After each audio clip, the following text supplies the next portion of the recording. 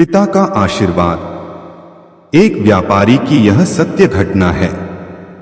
जब मृत्यु का समय सन्निकट आया तो पिता ने अपने एकमात्र पुत्र धनपाल को बुलाकर कहा कि बेटा, मेरे पास धन संपत्ति नहीं है कि मैं तुम्हें विरासत में दूं, पर मैंने जीवन भर सच्चाई और प्रामाणिकता से काम किया है, तो मैं तुम्हें आशीर्वाद देता हूं कि तुम जीवन में बहुत सुखी रहोगे और धूल को भी हाथ लगाओगे तो वह सोना बन जाएगी। बेटे ने सिर झुकाकर पिताजी के पैर छुए। पिता ने सिर पर हाथ रखकर आशीर्वाद दिया और संतोष से अपने प्राण त्याग कर दिए। अब घर का खर्च बेटे धनपाल को संभालना था। उसने एक छोटी सी ठेला गाड़ी पर अपना व्यापार शुरू किया। धीरे धीरे व्यापार बढ़ने लगा। एक छोटी सी दुकान ले ली। व्यापार और बढ़ा। अब नगर के संपन्न लोगों में उसकी गिनती होने लगी।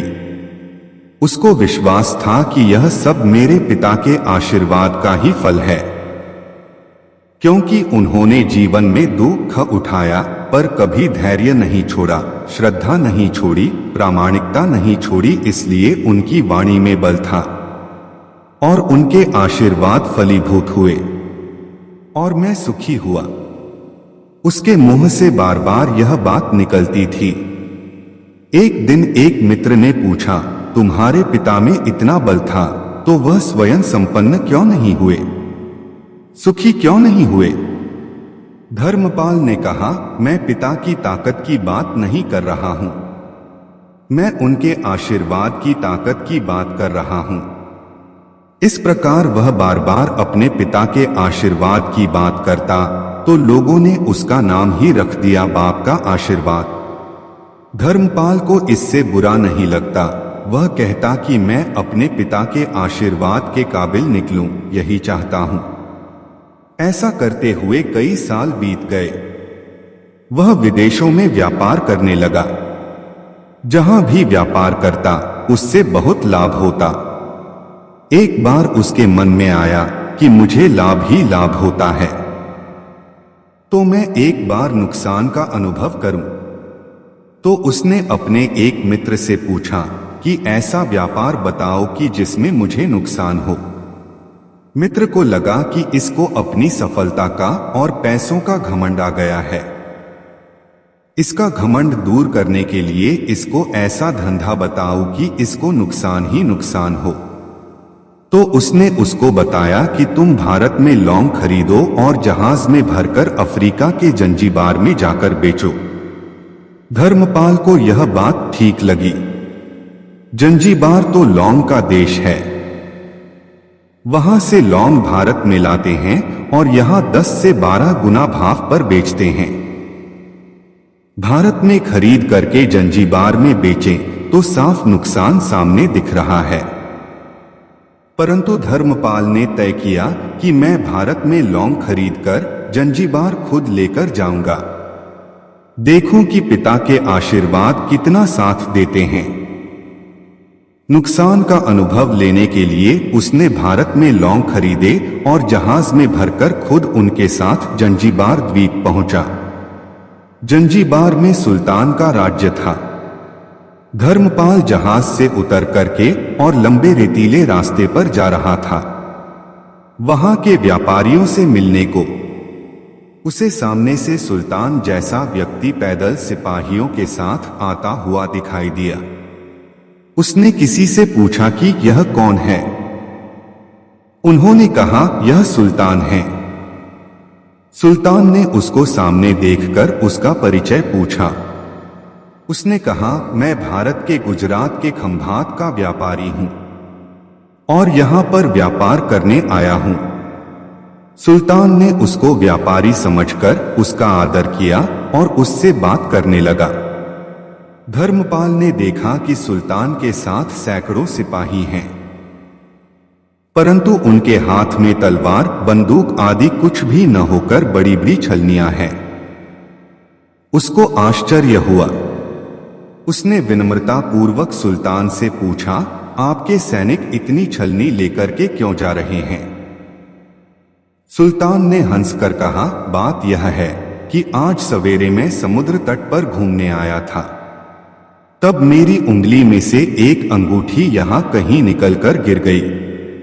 अब रेत में अंगूठी कहां गिरी पता नहीं, तो इसलिए मैं इन सैनिकों को साथ लेकर आया हूं।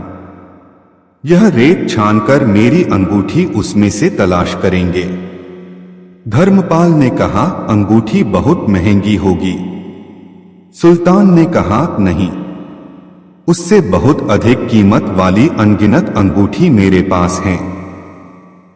पर वह अंगूठी एक फकीर का आशीर्वाद है। मैं मानता हूं कि मेरी सल्तनत इतनी मजबूत और सुखी उस फकीर के आशीर्वाद से है। इसलिए मेरे मन में उस अंगूठी का मूल्य सल्तनत से भी ज्यादा है। इतना कह करके सुल्तान ने फिर पूछा, बोलो सेठ, इस बार आप क्या माल लेकर आए हो? धर्मपाल ने कहा कि लौंग।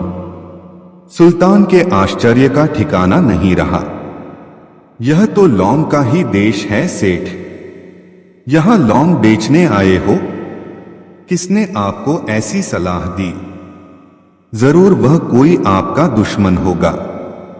यहां तो एक पैसे में मुट्ठी भर लौंग मिलते हैं। यहां लौंग को कौन खरीदेगा? और तुम क्या कमाओगे? धर्मपाल ने कहा, मुझे यही देखना है कि यहां भी मुनाफा होता है या नहीं। मेरे पिता के आशीर्वाद से आज तक मैंने जो धंधा किया उसमें मुनाफा ही मुनाफा हुआ। तो अब मैं देखना चाहता हूं कि उनके आशीर्वाद यहां भी फलते हैं या नहीं। सुल्तान ने पूछा, पिता के आशीर्वाद? इसका क्या मतलब? धर्मपाल ने कहा, मेरे पिता सारे जीवन ईमानदारी और प्रामाणिकता से काम करते रहे, परंतु धन नहीं कमा सके। उन्होंने मरते समय मुझे भगवान का नाम लेकर मेरे सिर पर हाथ रखकर आशीर्वाद दिए थे कि तेरे हाथ में धूल भी सोना बन जाएगी। ऐसा बोलते बोलते धर्मपाल नीचे झुका और जमीन की रेत से एक मुट्ठी भरी और सम्राट सुल्तान के सामने मुट्ठी खोलकर उंगलियों के बीच में से रेत नीचे गिराई तो धर्मपाल और सुल्तान दोनों का आश्चर्य का पार नहीं रहा। उसके हाथ में एक हीरे जड़ित अंगूठी थी। यह वही सुल्तान की गुमी हुई अंगूठी थी। अंगूठी देखकर सुल्तान बहुत प्रसन्न हो गया। बोला, वाह खुदा, आपकी करामात का पार नहीं। आप पिता के आशीर्वाद को सच्चा करते हो। धर्मपाल ने कहा, फकीर के आशीर्वाद को भी वही परमात्मा सच्चा करता है। सुल्तान और खुश हुआ।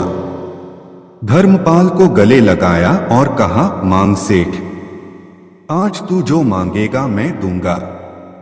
धर्मपाल ने कहा, आप 100 वर्ष तक जीवित रहो और प्रजा का अच्छी तरह से पालन करो, प्रजा सुखी रहे।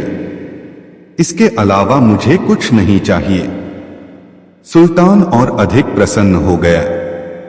उसने कहा, सेठ, तुम्हारा सारा माल मैं आज खरीदता हूं और तुम्हारी मुंह मांगी कीमत दूंगा। इस कहानी से शिक्षा मिलती है कि पिता के आशीर्वाद हो तो दुनिया की कोई ताकत कहीं भी तुम्हें पराजित नहीं होने देगी। पिता और माता की सेवा का फल निश्चित रूप से मिलता है। आशीर्वाद जैसी और कोई संपत्ति नहीं। बालक के मन को जानने वाली माँ और भविष्य को संवारने वाले पिता, यही दुनिया के 2 महान ज्योतिषी हैं। अपने बुजुर्गों का सम्मान करें, यही भगवान की सबसे बड़ी सेवा है।